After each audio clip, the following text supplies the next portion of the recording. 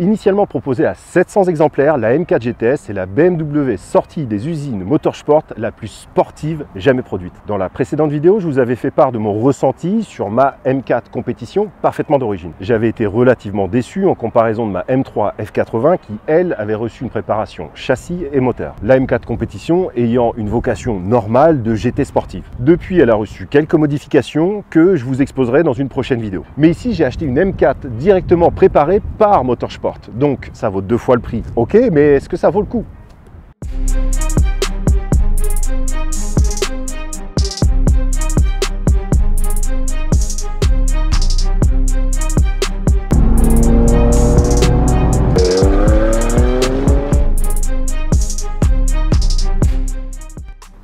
Lame avant à 5000, posée sur glissière avec la partie orange qui peut sortir jusqu'à 6 cm.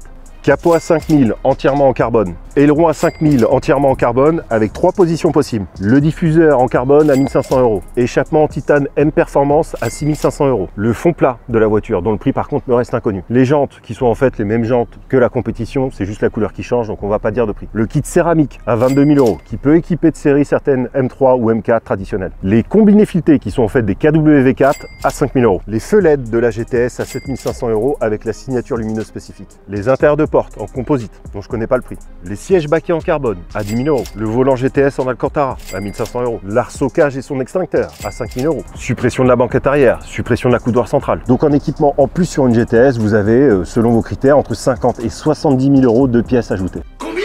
Mais ça s'arrête évidemment pas à ça. Qu'est-ce qu'il en est pour la préparation performance de la voiture? Moteur de 500 chevaux avec injection d'eau déminéralisée dans l'admission. Soft GTS de la DKG plus rapide, pack dynamique avec retour de force du volant spécifique, contrôle de stabilité spécifique et différentiel avec paramétrage spécifique. Alors avant même d'essayer sur route, on peut déjà faire une première conclusion. Oui, une M4 GTS, ça vaut le coup. Celle-ci a 5000 km et je la propose à la vente chez Olympe Automobile au prix de 127 900 €. Pour en faire une réplique, il faudrait déjà trouver une M4 compétition avec 5000 km. En admettant que vous en trouviez une, il faut qu'elle ait les carbones céramiques et le cuir étendu. Donc ce qui nous fait un modèle aux alentours de 70 000 à 80 000 €. Alors ajoutez les 50 000 € d'une M4 GTS et au final, elle vous coûte plus cher et c'est même pas une GTS véritable. Véritable GTS qui a été vendue à seulement 10 exemplaires visiblement en France. Véritable GTS dont parmi les 700 modèles produits, un grand nombre ont été vendus pour le marché nord-américain et ces dernières n'avaient pas ni les baquets ni l'arceau de sécurité. En gros, vous avez une pièce unique, d'une grande finesse et qui ne décotera jamais. Donc il y a beaucoup de gens qui vont me dire, bah tu dis ça parce que tu la vends. Non, je vous explique d'ailleurs pourquoi je l'ai acheté. Donc voilà pour ce qui en est de cette question-là. Maintenant, on va aller faire un essai routier, on va voir ce que ça donne sur la route.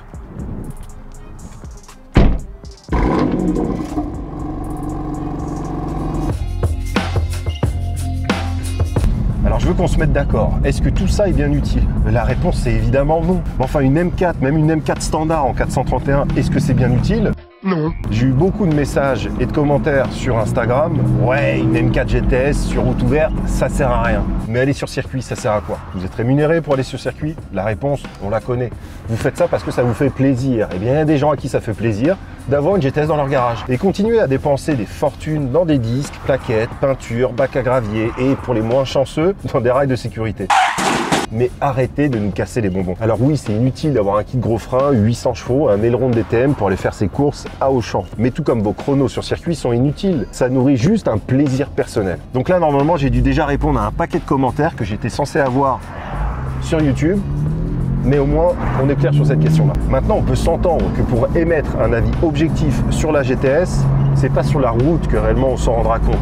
Ici, je vais juste pouvoir vous faire part de mon ressenti, de mon toucher de volant sur une route ouverte, mais évidemment que ça va se limiter à ça. Alors certes, c'est une voiture qui a été pensée pour être roulée sur circuit, mais c'est tout à fait conduisible au quotidien. J'ai vu des vidéos sur YouTube de mecs, des francophones qui ont essayé la GTS et qui disaient que la place d'une GTS n'est pas du tout sur la route. C'est faux, parce qu'en disant ça, on va avoir l'impression que la GTS, c'est comme l'était à son époque la 997 GT3 RS ou même la 996 GT3, qui étaient des véhicules qui étaient très fatigantes à conduire sur la route.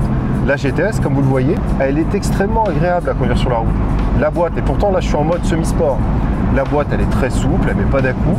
Les baquets, ils sont super confortables. Évidemment que ça va être un peu plus ferme qu'une M4 standard avec les combinés filetés.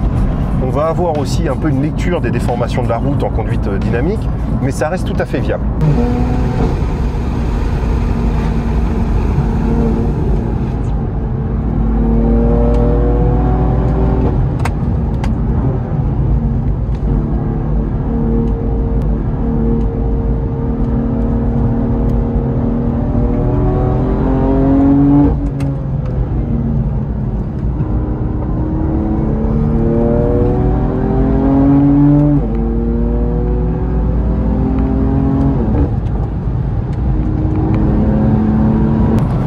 conduite dynamique, on sent par rapport à une M4 standard, évidemment beaucoup plus de remontée d'informations. C'est une voiture qui est beaucoup plus incisive, qui donne l'impression d'être beaucoup plus légère.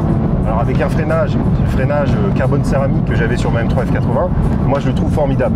Pas simplement en termes d'efficacité, mais aussi en termes de sensation à vous toucher de pédale. Vous avez cette tendance-là sur les freins acier, c'est pour ça qu'on met des systèmes de Duritavia, etc., de dilatation avec un toucher de pédale qui est fluctuant en fonction de l'exercice que vous aurez sur la pédale. Là, ici, c'est un objet chirurgical qui est constant. Vous avez toujours le même feeling de dureté de la pédale.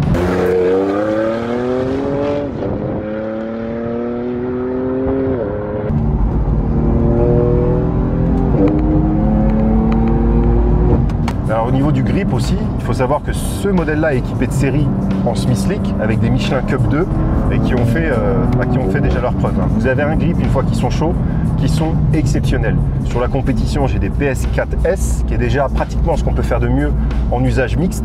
Mais là, sur du Cup 2, une fois qu'ils sont chauds, la voiture, elle donne tout dans les virages. Ça va être aussi un gros avantage par rapport au passage de la puissance. Et ça va être justement le second point. Qu'est-ce qu'il en est au niveau de la motorisation? Alors déjà, la motorisation, elle va être illustrée par son système d'échappement, parce que c'est la première chose que vous allez entendre de votre moteur lorsque vous êtes dans le véhicule. Et l'échappement titane, c'est la première fois que je l'entends de ma vie. Vous avez une sonorité qui est beaucoup plus rauque, qui paraît beaucoup plus solide. Alors c'est pas un crackle map en fait, c'est plus un gargouille que vous allez avoir à bas régime. Je sais pas si vous l'entendez là à la caméra, on vous mettra une introduction de séquence. Écoutez-moi cet échappement. Écoutez. C'est juste formidable, la sonorité est extraordinaire. Une petite tendance à s'étouffer une fois que vous montez un petit peu dans les tours, parce que c'est pas un échappement qui est complètement ouvert non plus. Elle n'est pas FAPée, celle-ci c'est une année 2016, mais vous avez silencieux intermédiaire, des kata, etc., etc. Mais la sonorité, moi je la trouve excellente. Après, en termes de puissance pure, par rapport à la M4 compétition d'origine, là aussi ça n'a rien à voir. Vous avez 500 chevaux dans la voiture. Alors le feeling, ça va être 500 chevaux avec surtout un gain au perché dans les tours. C'est un véhicule, comme je le disais tout à l'heure, pour la M4 compétition qui a été pensé pour le circuit. Donc il ne s'agit pas d'avoir un maximum de couple à 3000 tours. C'est une propulsion, il faut que le couple et la puissance soient en haut. Donc ça va être surtout démonstratif haut dans les tours. Malgré l'augmentation de ces 50 chevaux, vous n'allez pas avoir une perte de motricité tellement énorme par rapport à une compétition. Surtout, vous avez les Cup 2 qui sont là aussi pour prendre le relais. Il faut savoir que la GTS, en données constructeur, elle est donnée pour faire un 0 à 100 en 3 secondes 8. Et je peux vous garantir, alors j'ai pas fait de dodge control, mais vous partez pneu bien chaud, première, deuxième, troisième, c'est impressionnant.